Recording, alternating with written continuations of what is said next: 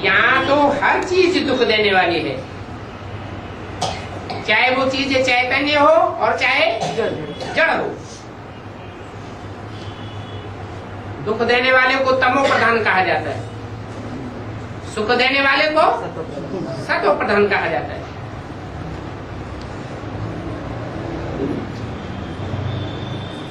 इस पतित तमो प्रधान सृष्टि को कहा ही जाता है आधा कल्प भक्ति मार्ग, और सतो प्रधान सृष्टि को कहा जाता है ज्ञान मार्ग। शास्त्रों में ये बातें नहीं लिखी हुई है, जो भी शास्त्र पढ़ते हैं सभी भक्ति के। तुमको तो शास्त्र का नाम ही नहीं लेना है। जिनसे हमारी दुर्गति हुई है, हम उनका नाम ही क्यों लें? किसका? शास्त्रों का। और शास्त्र, जो भी शास्त्र होते हैं वो शास्त्र चैतन्य होते हैं या सिर्फ जड़ ही होते हैं? वो नहीं बोलता।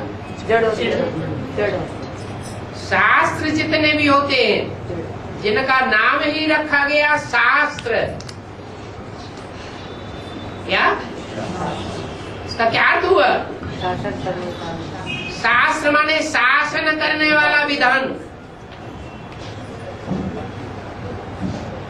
जो दूसरों के ऊपर शासन करता है या शासन करने के नियम कानून बनाए हुए हैं अपनी अपनी मनमत पर। ऐसा कंट्रोल करने की इच्छा करने वाला भक्ति मार्गी है या ज्ञान मार्गी है? भक्ति मार्गी। चाहे ब्राह्मणों की संगम युगी दुनिया में ही क्यों न हो, चाहे बेसिक में हो चाहे एडवांस में हो, अगर उसके अंदर ये इच्छा है कि हम दूसरों के ऊपर शासन करें, कोई ग्रुप के ऊपर कंट्रोल करें, या कोई आत्मा को अपने अंडर में रखें, अपने अंडर में चलाएं, आर्डर चलाएं, तो वो चैतन्य शास्त्र बन रहा है या असली जो चैतन्य गीता माता है वो बन रहा है? उसको भी शास्त्र ही कहे।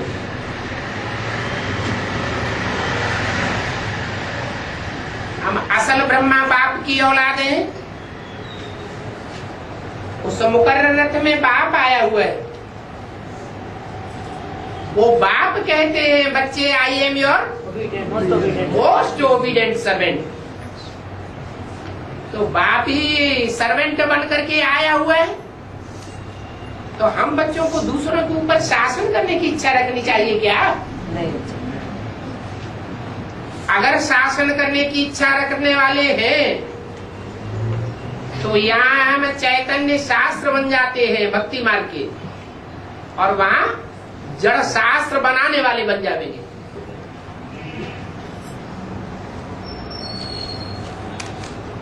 शास्त्र बनते हैं भक्ति मार्ग में, और भक्ति मार्ग कहाँ से आता है? रावण से आता है भक्ति मार्ग।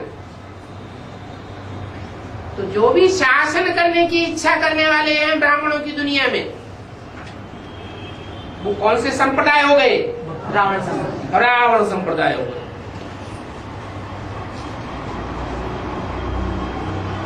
किसी से कोई काम लेना है, ईश्वरीय सेवा का ही काम लेना है, तो उसके ऊपर आर्डर चलाना अच्छा, शासन करना अच्छा, या रिक्वेस्ट करना अच्छा? रिक्वेस्ट कर सकते हैं।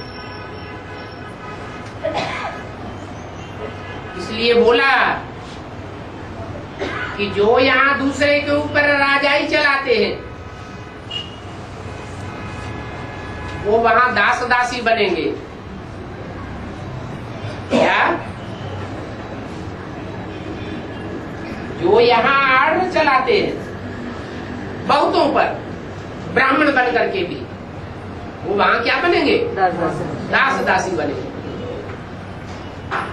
जो यहाँ सेवाधारी बन करके, सेवक बन करके सेवा करते हैं, ब्राह्मण बनकर, वो वहां राजाएं बनेंगे। ये क्या बात हो गई? जो अज्ञानी है वो कहते हैं यहाँ मालपुआ खीर पूड़ी खाएंगे तो वहां भी खाएंगे, क्योंकि यहाँ से हम संस्कार लेकर जाते हैं।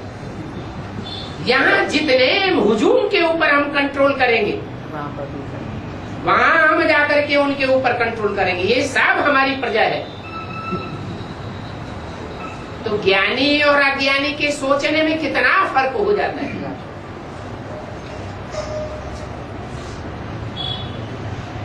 तो बाप कहते हैं कि न शासन करने वाले विचारों से बनाए हुए जड़ शास्त्रों से हमारी दुर्गति हुई है। हम उनका नाम भी क्यों ले में? क्या कहा?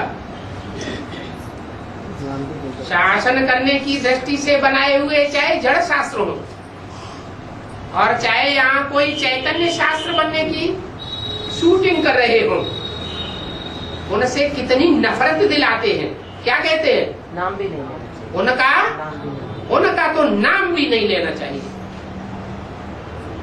इन आंखों से देखना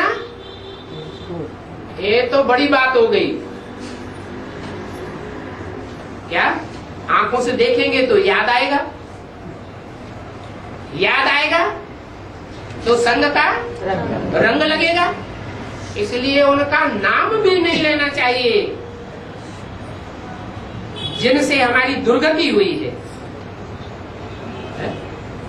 तो दुर्गति जड़ करता है या दुर्गति चैतन्य करता है?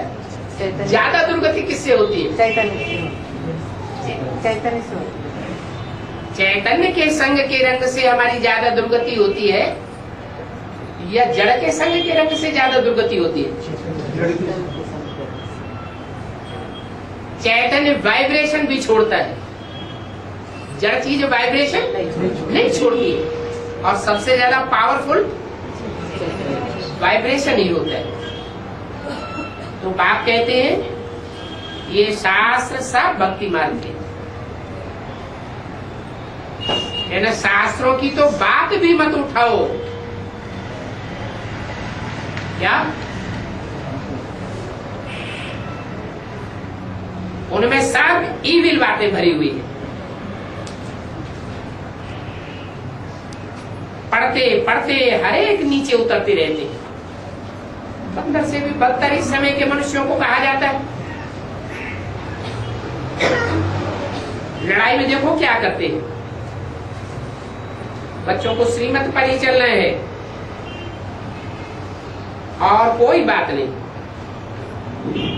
स्वीट बाबा तो स्वीटेस्ट ही बनाते हैं। ये ज्ञान है ही खास भारतवासियों के लिए। क्या था? भारतवासी तो बहुत है, लेकिन एक है खास भारतवासी और एक है आम भारतवासी।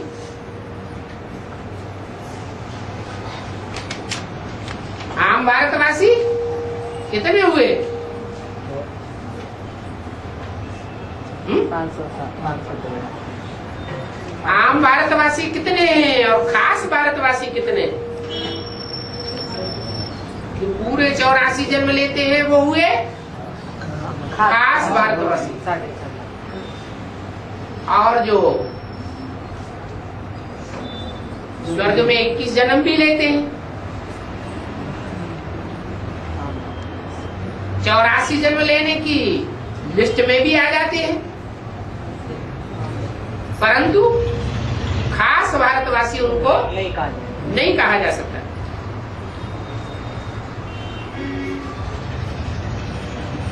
तो ये सहज ज्ञान है।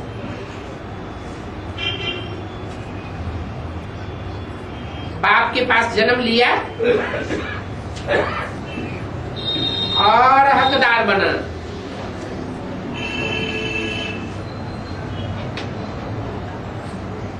विश्व के मालिक बनते हो, सिर्फ याद की यात्रा चाहिए और कोई तकलीफ नहीं। बाप कहते हैं टाक नो विल, नॉनसेंस की बातें मत सुनो, न करो।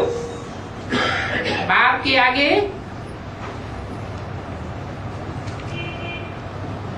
ये नॉनसेंस बातें किसको बताते हो? ईविल बातें छोड़ दो। एक ही सभी का फादर है,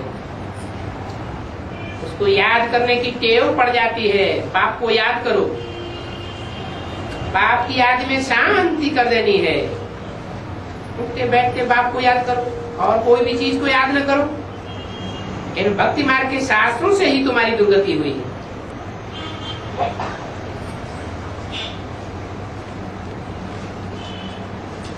अभी मैं जो तुमको सुनाता हूं